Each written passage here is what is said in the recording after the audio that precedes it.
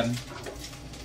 Tingnan mo yung apoy niya, sobrang lakas oh. Kaya mo, i-focus mo dito. Ayan oh, nakahina lang yan. Sagad hina lang yan. Pero ang lakas ng apoy. Di ba? Kaya siya matipid. Yun yung dahilan kaya matipid ito sa LPG. Up to 40% yung matitipid mo. Kahit nakahina siya, malakas pa rin yung apoy niya. Kaya mas mabilis makaluto, mas mabilis mapalambot yung mga lulutuin na ulam. Kaya kung gusto mo rin makatipid sa LPG tulad namin, dapat infrared gas stove na yung bilhin ninyo.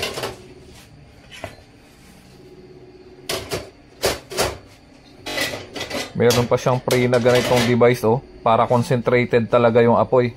Hindi siya mahanginan. Diba? Quality apoy niyan mga bossing. Nasa balang po yung link kung gusto nyo rin makatipid sa LPG. Maraming salamat. Ingat. Lakas na apoy nyo.